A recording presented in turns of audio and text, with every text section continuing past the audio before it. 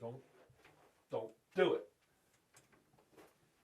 Just sit down. Sit down. I'm telling you. Sit your ass down. Right there. Don't move an inch. The hell's the matter with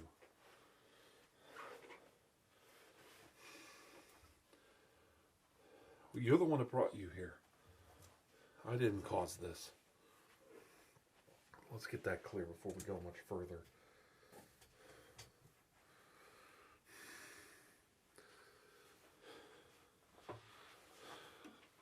Keep your eye on him. Don't let him. He moves. Crack him over the head. Well, this is the way you wanted it, isn't it?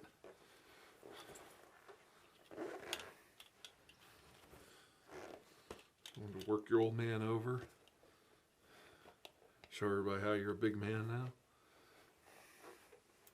Yeah. Save me the trouble. Move in here so I can take a look at you. I have my magnifying glass. I think it was in my briefcase. Just lean forward. Just listen. Okay? Calm down. The war's over, son. You've done been captured. I guess the old man got a couple tricks up his sleeve too. Huh?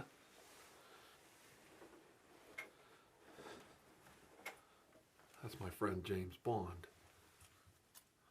It's got his Waller PPK pointing at your head. You can sit down over there, James. I don't think he'll try anything.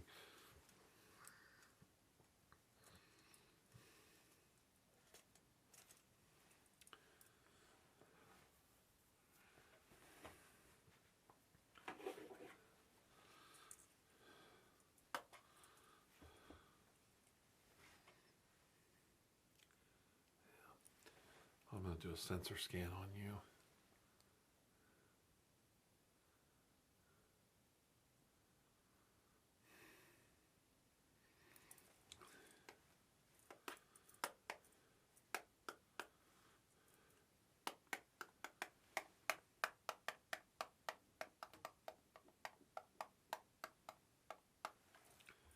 Okay, move in a little closer.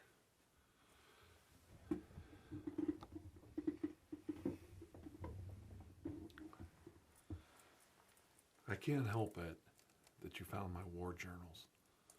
I can't help it you read my war files.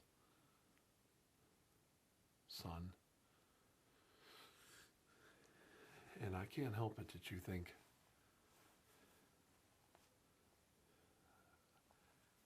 I didn't do the right thing by passing on the things that I had learned in Europe. But when you weigh those 3 to 6 million lives you're talking about against those 10 to 20 million plus, they were starving the whole country of Ukraine. The whole country was left to starve for 2 years. An entire nation.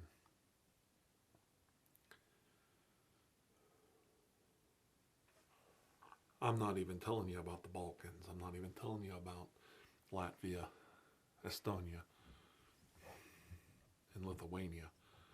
You know,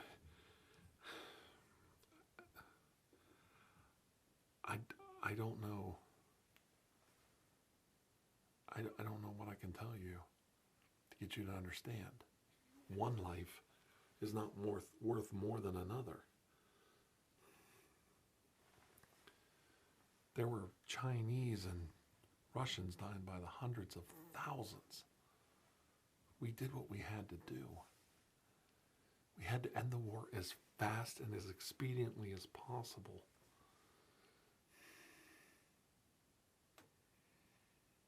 That doesn't make me self-righteous. It makes me human, flawed. I made a mistake. But my mistake wasn't what I did during the war, son. My mistake was not telling you the truth, trying to cover it up.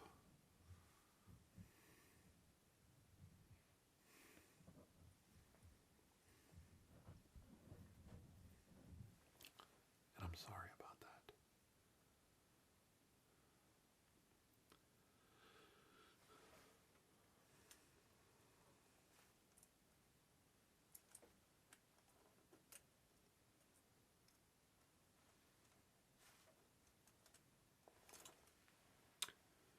You've had a brainwashing technique that's eerily similar to a chemical lobotomy. And you're having trouble rationalizing certain thoughts.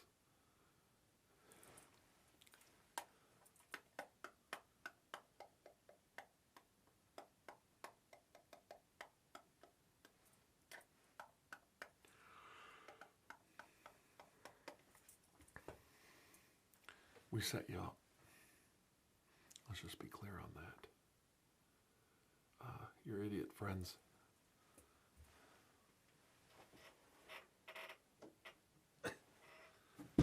they got my briefcase, but they didn't get the real Tesla device. Everything in that briefcase was fake.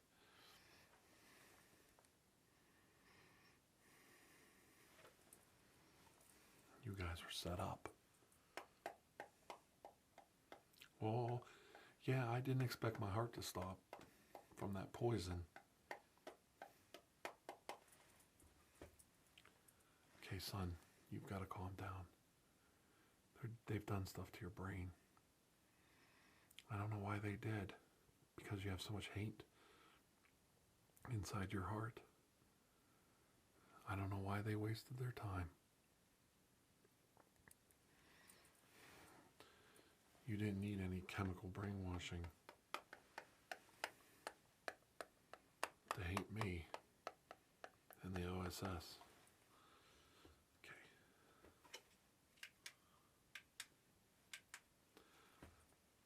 I've done my scan. You're going to have to wait till the chemicals wear off. Now, you can keep hating me, but while we're sitting here dealing with it, I'm going to tell you the story that put everything in motion. I'm going to tell you the story of the first prodigal son. Okay? And he came back. Okay? Just like you.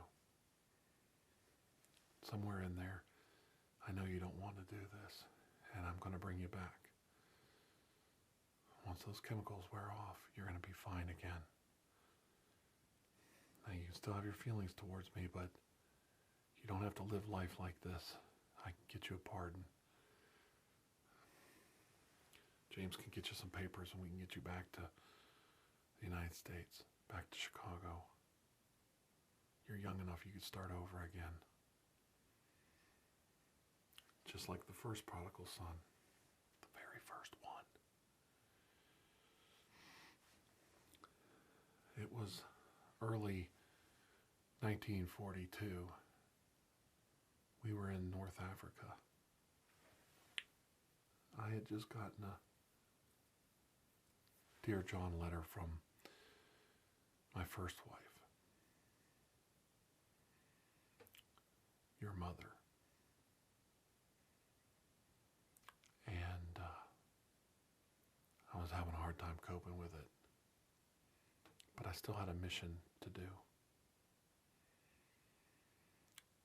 We were understaffed and we were in a lot of trouble.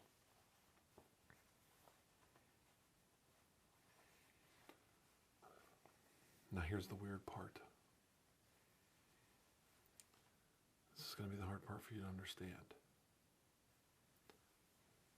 The Nazis, at the highest level in Africa, were searching for the same thing I was. They were searching for a device, a relic, that if you stayed, it kept on your body, it would prolong your life. They needed this because their dear Führer, Adolf Hitler, was very ill. And anything they could do to arrest his illnesses would come in handy. And plus, Hitler wanted a 1,000-year Reich. So he wanted to live as long as he could. Immortal if he could. Immortal in his own mind. And we needed it because FDR was dying. He wasn't going to see the end of the war without some help. He was the shell of what he was a few years before.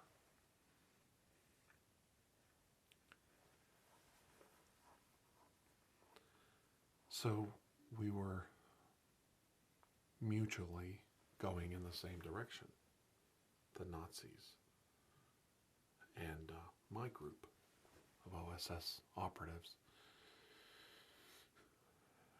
And lo and behold, we met at the step pyramid at about the same time. Now, here's the part where things really get weird.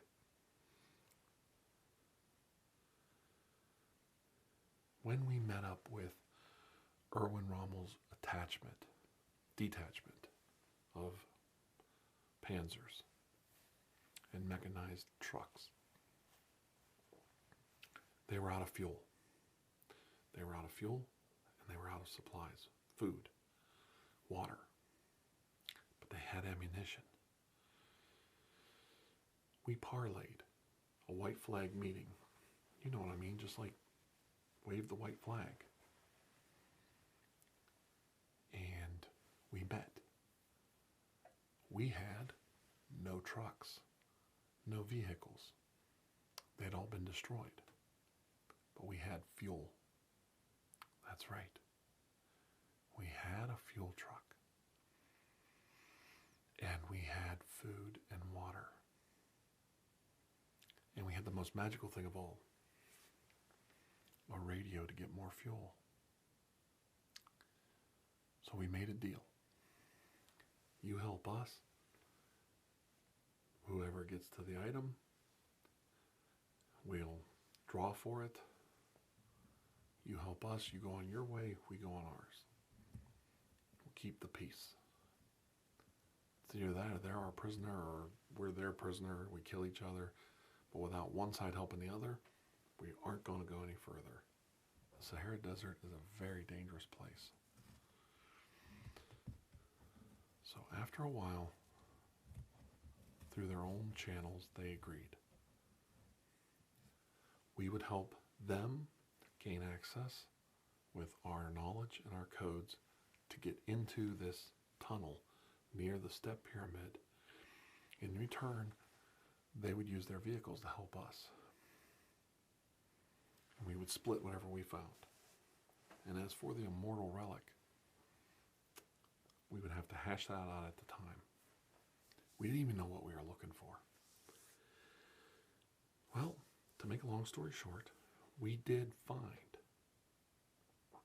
the entrance to a tunnel. Now, this wasn't a man-made tunnel. This was an alien tunnel. A tunnel built by a civilization long, long past from our Earth. And it was a tunnel into the ground, but it didn't go down on an easy grade. It was like a funny grade. And it was big enough. Once we cleared the hole covering the entrance, the hole was so large you could drive a truck through it. Or a tank. And that's exactly what we did. The Desert Fox himself took the lead, and we traveled down this tunnel on tracked vehicles. The tracks were able to grip, into the crushed stone that lined the tunnel floor and grip enough to take us right down into this alien tunnel deep, deep into the recesses of the earth. It must have went down at least a mile or two. It was funny too because you could still breathe. It got cool and cooler and cooler until we had to practically don winter gear. It's cold in the desert, so we had clothes for night. And we put on our coats and our field jackets. And it kept us warm enough. And we discovered at the bottom of this tunnel that we were in what Dante referred to as the ninth circle. The ninth circle of hell was what we found. Now, in all great legends, there are truth. In all great fictions and stories from the past, there are truths. There are always threads, little tiny threads of truth in there.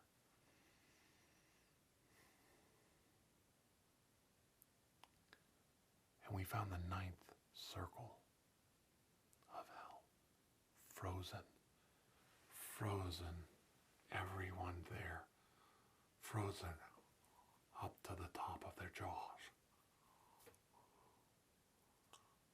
They can still move their mouth. They could barely gasp for air, but they couldn't move their tongues to talk. They saw us. Their heads scalped of hair and skin,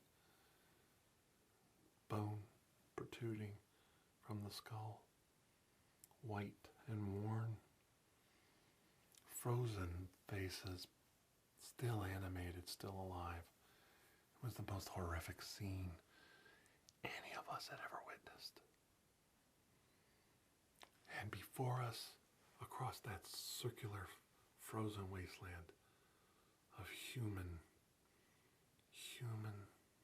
death and despair, was a great door. I turned to Rommel and said, "You do know why they're up to their necks, why they're buried in this ice. They're all treasonous against their fellow family. The ninth circle is for someone who killed their brother and their brotherhood.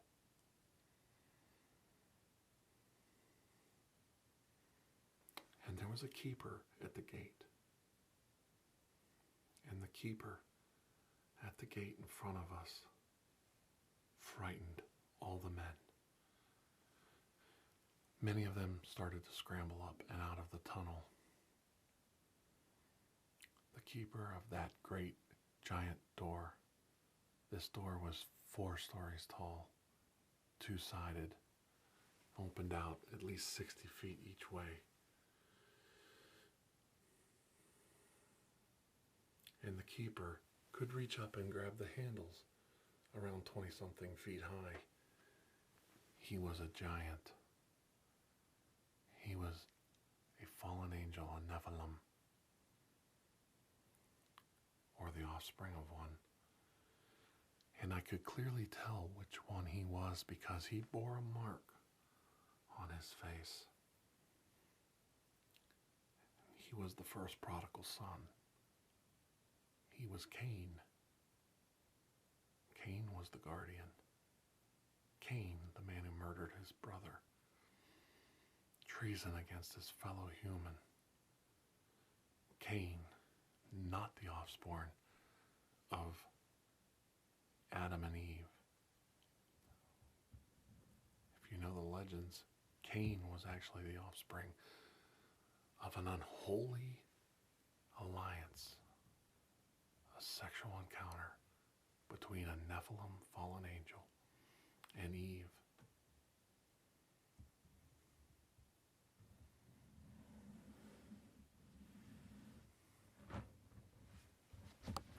Hold still, son. It's okay. The chemicals are wearing off. Just give it some time. And Cain turned to us and gave us something in an ancient language that predated even the Assyrian. We couldn't hear the words in English, but we knew, somehow we knew, as the sound waves traveled across the ice and buffeted our chests, that he was saying that none shall pass. The classic, none shall pass. What were we to do? The sons of Adam and the son of Nephilim, the original sin, the original murderer, the prodigal son had returned, guarding the doors to those who came before us, the Nephilim, his own father's house. And he said, though I am frozen in this wasteland of treason and death, in my Father's house, as a servant I live better than you. As a servant I live better in my Father's house than in the pigsty of a world that you live in above.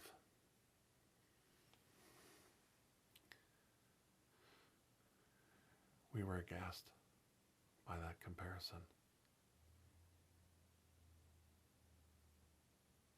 That the frozen hell we were witnessing in the eyes of an angel, a fallen angel, was better to be at the gates of hell.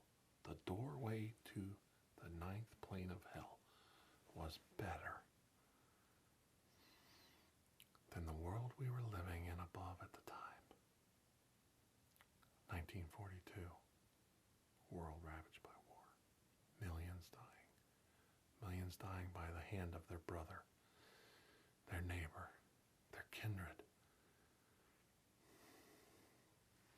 And Cain walked forward to the icy plain of hell and before us, and he said, look how it's filling up. Look how you're filling it up. And we did observe new heads appearing in the frozen waters around us again and again and again. White, black, red, yellow. All species of man, all sexes, all nationalities. None of us were immune. None of us were better than the other. We were all involved. The world at war, and people working out grudges against their brothers, against their neighbors, against their kindred. It was clear to me that society and humanity were failing. And there was a waterfall. And I looked over far to my right in this plain of hell. And there was a waterfall.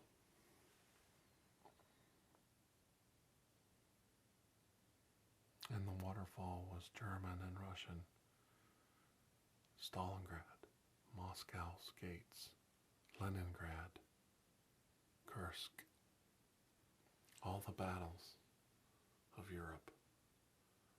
Hundreds of men dying, cascading down the wall of that plain of hell like a waterfall into the frozen abyss below.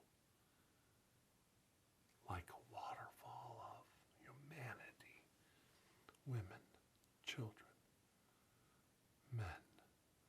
soldiers, civilians alike, politicians and partisans.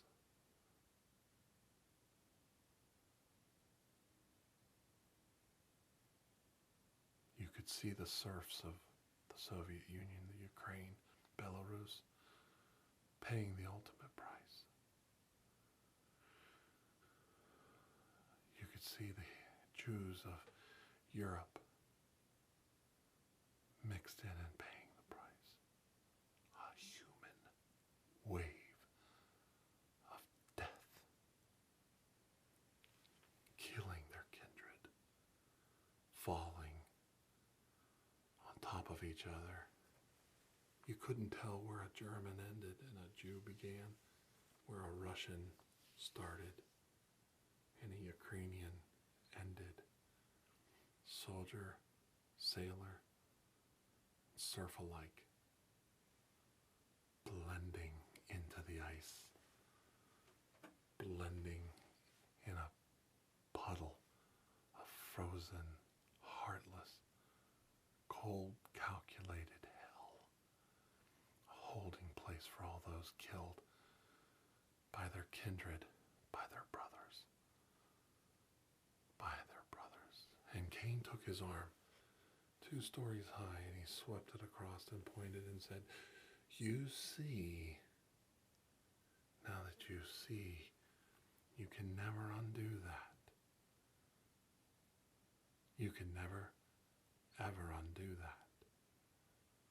The flood of information, the flood of knowledge in our minds caused some of us to bleed from our eyes, our noses, our ears, our mouth.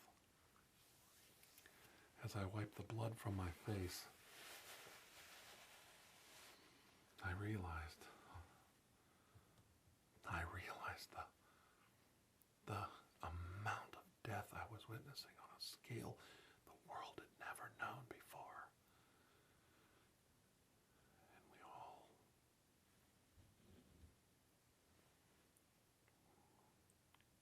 And I felt small, son. I felt small.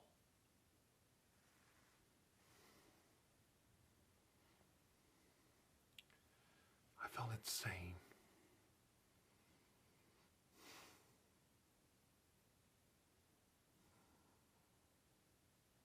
Do you remember that day, James?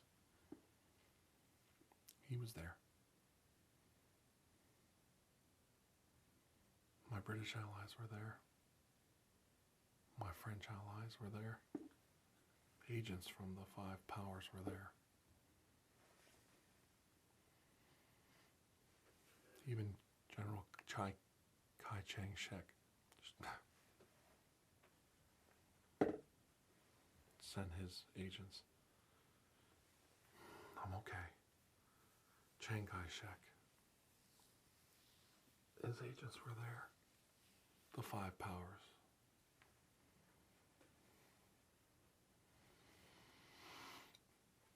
And we got our brains together. We got our minds straight. And Abel said, or Cain, I'm okay. Take a minute. Cain and Abel. And Cain stood back, stepped aside and said, do what you came here to do.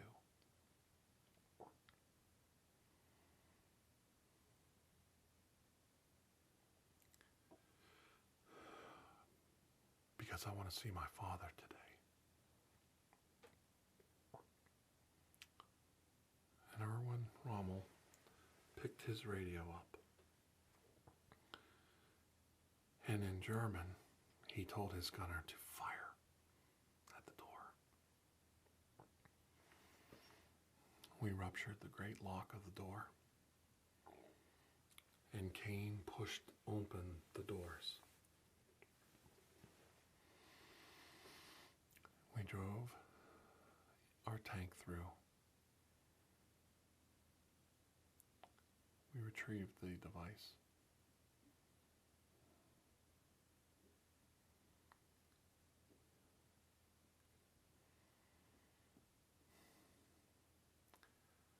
don't think I can tell you what happened on the other side of that door. Science. Science meeting headlong.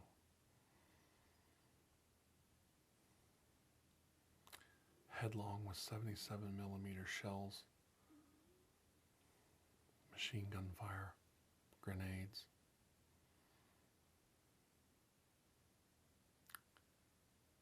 Meeting timeless, almost immortal, fallen Nephilim before us. More death, more destruction, to retrieve an item. To retrieve an item to either prolong or shorten the war.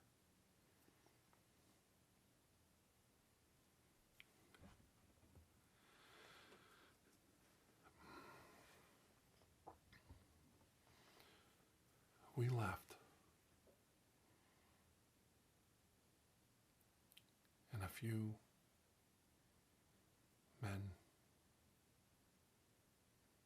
were left behind. But we succeeded in our mission, and we had what we came for. The fate of the world was in our hands. Does this device go to Germany to prolong the life of Adolf Hitler, or does this device go to the United States to prolong the life of FDR?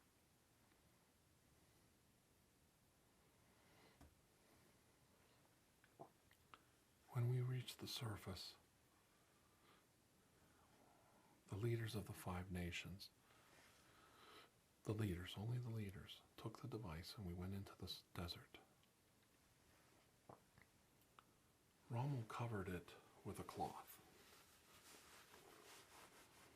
And he took another cloth from his pocket. And he covered a stone with that. He said, now that I know what it looks like, I will recreate it, a facsimile of it, when I return to my base, and I will give that to the SS. Perplexed that he would give this up so easily, we asked him why.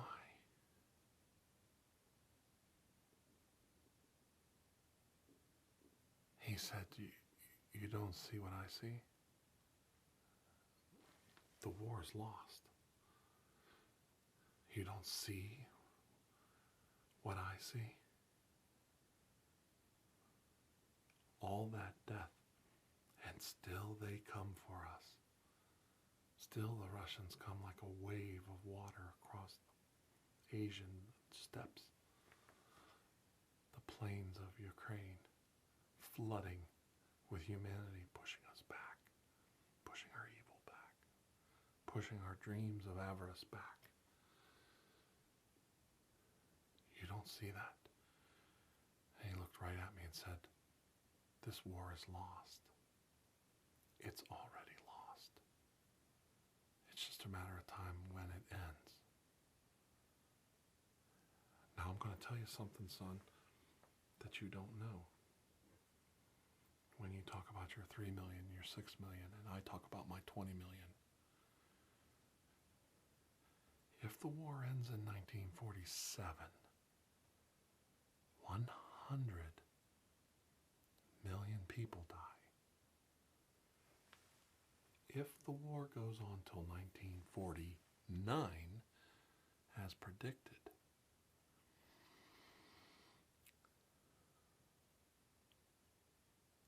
the world will not exist as it does today.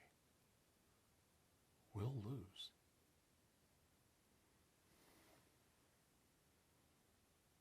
We knew we had a choice.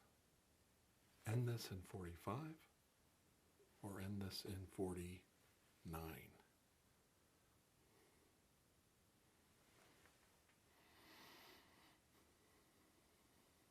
49, the Axis has the bomb. 49, Russia has the bomb. 49, England has the bomb.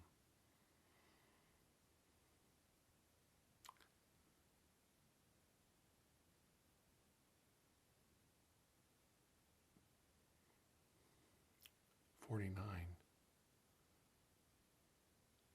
Spectre raises the Dark Lord Cthulhu from Riley. Upon all that death, his thirst is satiate, and he rises, and he finishes the rest of us off, and we lose, and this world is repopulated by aliens who set us against each other.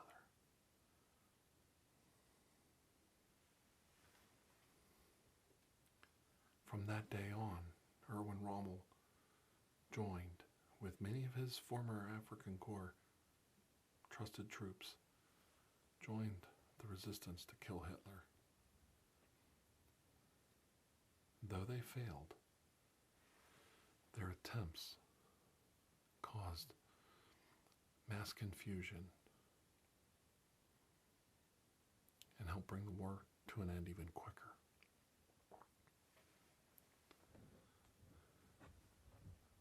I didn't have a choice.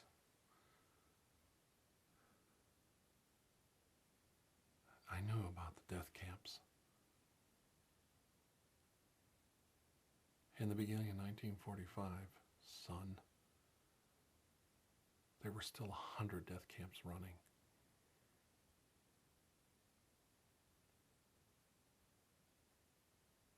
And I knew that. We all knew it.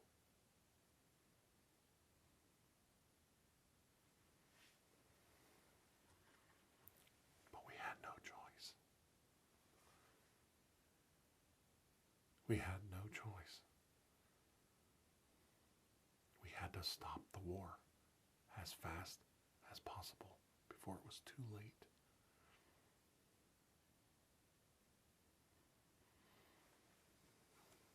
I'm not going to sit here and ask you to forgive me or judge me or hate me or love me or anything.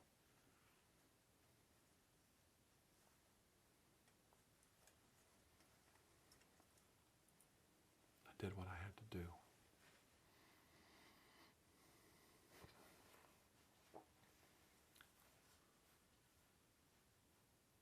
The tunnel? A few well-placed charges closed the tunnel entrance. We sealed it back off, and we let the sands of the Sahara cover it over for all time.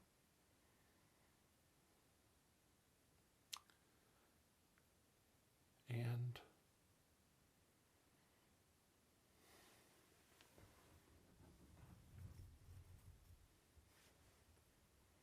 that's my story. That's the part of the journals I didn't tell you about. That's the part you don't know about when you looked at the pictures, when you read my diaries, when you read my files. That's the part I left out. Everything dealing with the 9th configuration of hell, I left out. But I do know one thing.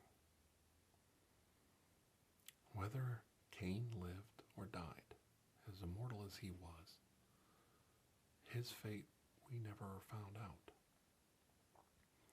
But I knew one thing.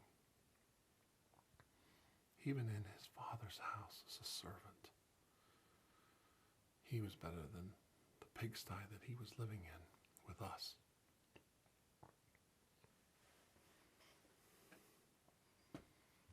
You're in a pigsty, son.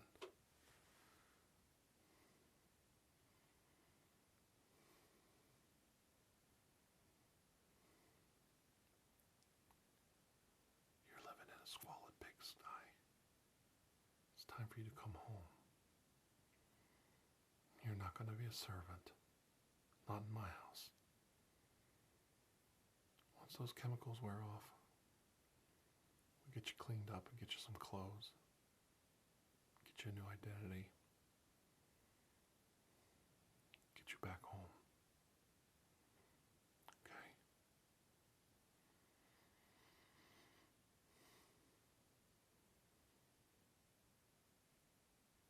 You're my son.